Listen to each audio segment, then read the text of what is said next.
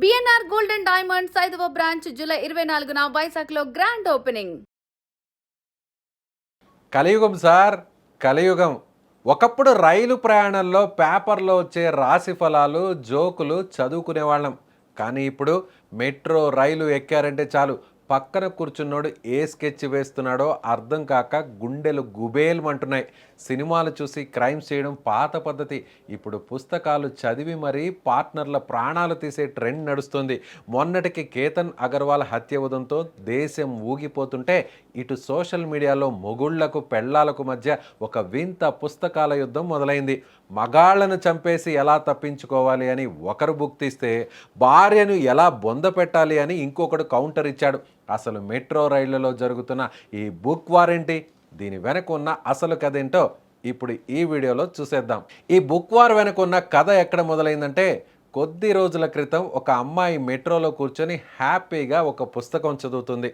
పోనీ ఏదైనా భగవద్గీతో నవలనో చదువుతుందా అంటే అస్సలు కాదు. ఆ పుస్తకం టైటిల్ చూసి పక్కనున్న మగబాధితుల గుండెల్లో రైళ్లు పరిగెత్తాయి. బ్రిటిష్ రచయిత్రి క్యాటీ బ్రెంట్ రాసిన ఆ పుస్తకం పేరు how to kill men and get away with it. అంటే మగాళ్లను చంపేసి ఎలా ఎస్కేప్ అవ్వాలి. అది కేవలం ఒక సైకలాజికల్ థ్రిల్లర్ ఫిక్షన్ పుస్తకమే కావచ్చు, కానీ ఈ మధ్య భార్యలు భర్తలను చంపి డ్రమ్ముల్లో పెట్టడం, బాత్రూంలో పాతి పెట్టడం లాంటి వార్తలు చూస్తున్న మగజాతికి ఆ టైటిల్ చూడగానే ఫ్యూజులు అవుట్ అయిపోయాయి. సమాజం ఎటుపోతుంది బాబోయ్, మెట్రోలో ఇలాంటి ఐడియాలు తీసుకుంటున్నారేంటి అంటూ నెటిజన్స్ సోషల్ మీడియాలో ఆందోళన వ్యక్తం చేశారు. ఇక అమ్మాయిలు అంత మాట అనేసరికి మన మొగుళ్ళ సంఘం ఊరుకుంటుందా? దెబ్బకు దెబ్బ, బుక్కుకు బుక్కు అంటూ ఒక మొగుడు పక్కా ప్లాన్తో రంగంలోకి దిగాడు. ఇవాళ అదే మెట్రోలో ప్రయాణికులందరికీ షాక్ ఇస్తూ ఒక వ్యక్తి సీరియస్గా పుస్తకం తెరిచాడు. దాని టైటిల్ చూసి పక్కనున్నోళ్ళు సీట్లలో నుంచి లేచి నిలబడ్డారు.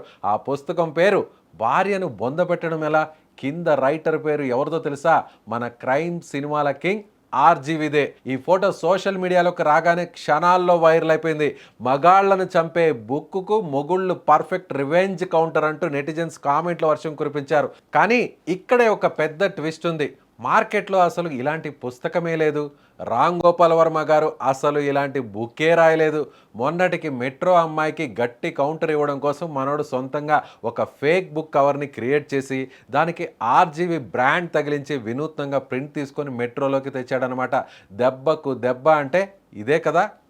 అయితే ఇది చూడడానికి ఒక ఫన్నీ మీమ్ లాగా, నవ్వుకునే వార్ లాగా అనిపించిన దీని వెనక ఉన్న సామాజిక కోణం మాత్రం చాలా సీరియస్. ఎందుకంటే ఈ మధ్యకాలంలో భార్యాభర్తల బంధాలు నవ్వులు పాలవుతున్నాయి. పరాయి మోజులో, క్షణికావేశంలోనో కట్టుకున్న వాళ్ళను నిర్దాక్షిణ్యంగా చంపేస్తున్నారు. పూటకో చోట భర్తలు భార్య చేతిలో, భార్యలు భర్తల చేతిలో బలైపోతున్నారు.